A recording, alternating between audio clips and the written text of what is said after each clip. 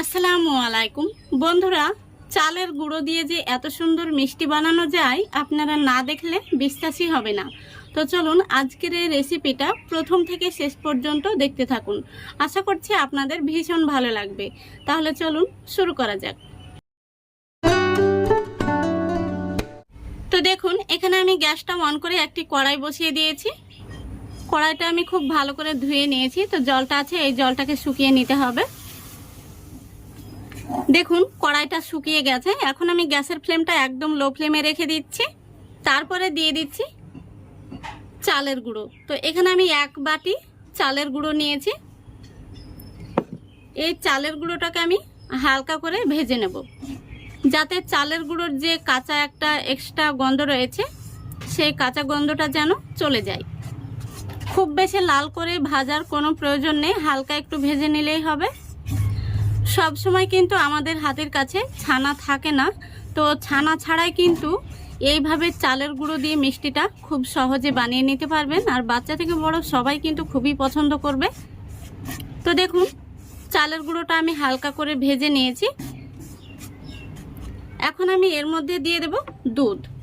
আমি যে বাটির মাপ করে চালের গুঁড়ো দিয়েছি আমি সেই বাটির মাপ করে দিয়ে দিচ্ছি 2 বাটি তরল দুধ। দুধটা আমি আগে থেকে জাল করে ঠান্ডা করে নিয়েছি। এই দিয়ে দিলাম 1 বাটি।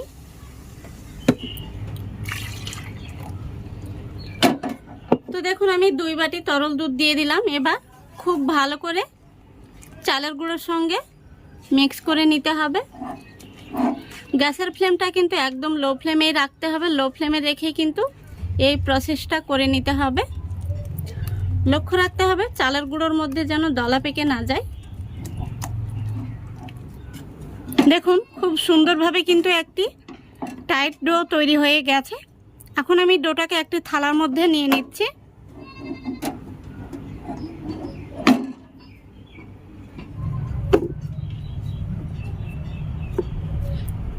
ডোটাকে এইভাবে আমি ছড়িয়ে একটু ঠান্ডা করে নেব।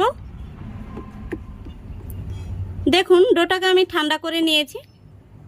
এখন আমি এর মধ্যে দিয়ে দেব একটি ডিমের কুসুমটা। এই যে সাদা অংশটা আমি বাটির মধ্যে রেখে দিয়েছি, শুধুমাত্র আমি কুসুমটা দিয়ে দিলাম। এবার এর মধ্যে আমি দিয়ে দিচ্ছি 2 চা চামচ ময়দা আর হাফ চা চামচ বেকিং পাউডার। তারপরে দেখুন সামান্য পরিমাণে দিয়ে দিচ্ছি লবণ আর দিয়ে দিচ্ছি চা চামচের চিনি। এবার আমি হাত দিয়ে সবগুলো উপকরণ খুব ভালো করে মেখে নেব।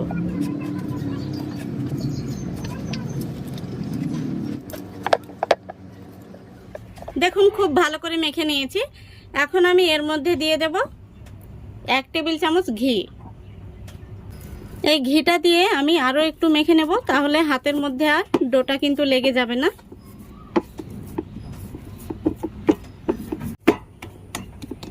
দেখুন ডোটা কিন্তু একদম রেডি হয়ে গেছে। এখন আমি এইভাবে ছোট ছোট লেচি কেটে নেব।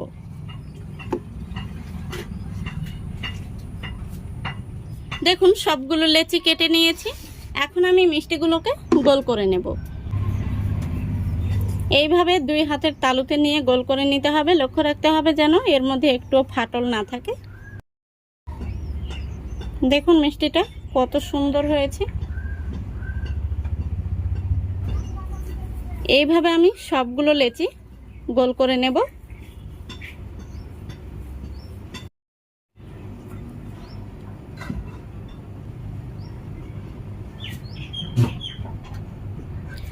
দেখুন বন্ধুরা সবগুলো মিষ্টি আমি গোল করে নিয়েছি আর দেখতে কত সুন্দর হয়েছে দেখুন।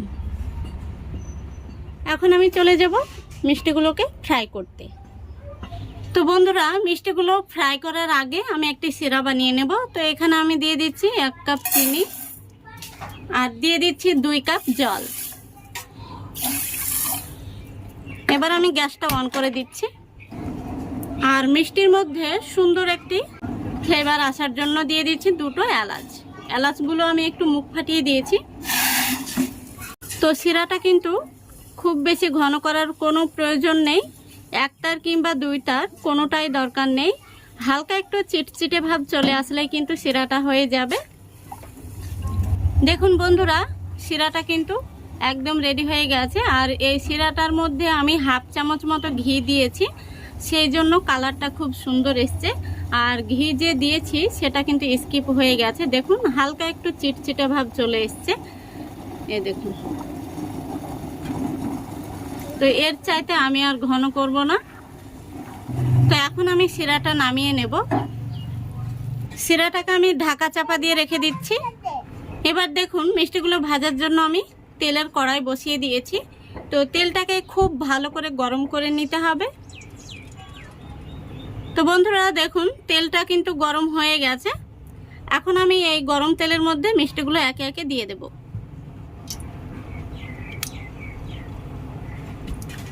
আর এই মিষ্টিগুলোকে ভাসান তেলের মধ্যে কিন্তু ভাজতে হবে, তাহলে খুব সুন্দরভাবে ভাজা হবে।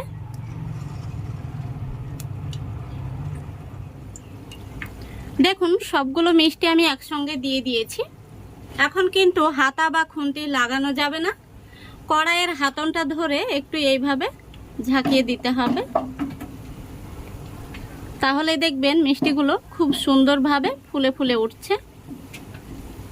দেখতেই পাচ্ছেন আমি হাতা বা খুন্তি লাগাইনি, এইভাবে কড়াইয়ের হাতনটা ধরে একটু ঝাঁকিয়ে দিচ্ছি। আর এতে করে এই মিষ্টিগুলো খুব সুন্দরভাবে নড়াচড়া করছে আর তেলের মধ্যে ভেসে উঠেছে। এখন আমি একটি কাঠি দিয়ে এইভাবে মিষ্টিগুলোকে নাড়াচাড়া করে দিচ্ছি।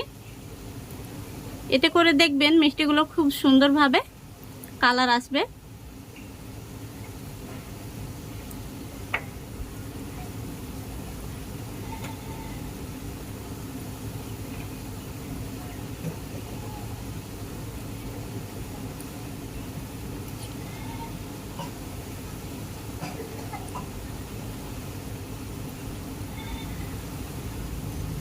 এইভাবে মিষ্টিগুলোকে নাড়াচাড়া করলে মিষ্টিগুলো সমানভাবে কালার আসবে আর ভেতর পর্যন্ত খুব সুন্দরভাবে ভাজা হবে।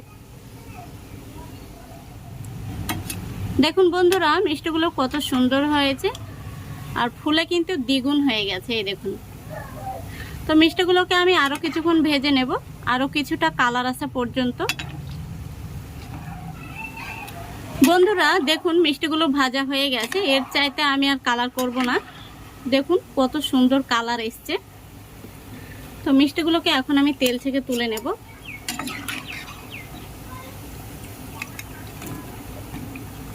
এই দেখুন কত সুন্দর হয়েছে। মিষ্টিগুলোকে আমি যে শিরাটা বানিয়ে রেখেছি সেই শিরার মধ্যে দিয়ে দেব। এইভাবে তেলটা ঝরিয়ে নিতে হবে, তারপরে এই গরম গরম শিরার মধ্যে দিয়ে দিতে হবে।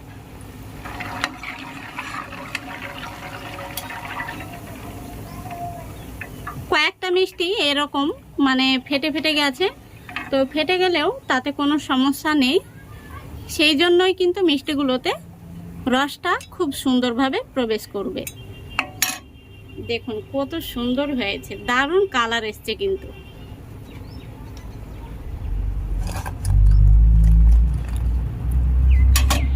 দেখতেই পাচ্ছেন মিষ্টিগুলো আমি রসের মধ্যে দিয়ে দিয়েছি। তো এইভাবে উল্টে পাল্টে দিতে হবে মিষ্টিগুলোকে এইভাবে আমি ঢাকা দিয়ে রেখে দেব 30 মিনিটের জন্য, তাহলে খুব সুন্দরভাবে শিরাটা স্যুপ করে নেবে।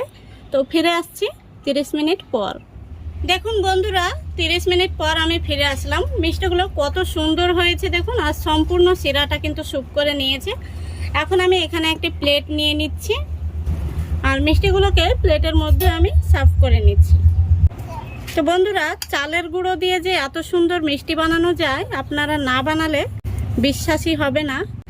আর এই মিষ্টিগুলো খেতে কিন্তু অসম্ভব মজার হয়, দোকানের চাইতে কোনো অংশেই কিন্তু কম নয়। দেখুন বন্ধুরা সবগুলো মিষ্টি আমি সার্ভ করে নিয়েছি আর দেখতে কত সুন্দর হয়েছে দেখুন। এই মিষ্টিগুলো একদম নরম তুলতুলে আর কতটা সফট হয়েছে আমি আপনাদের কাছে থেকে দেখিয়ে দিচ্ছি। এই দেখুন দারুণ স্পঞ্জি হয়েছে, এই দেখুন, আশা করি দেখতে পাচ্ছেন।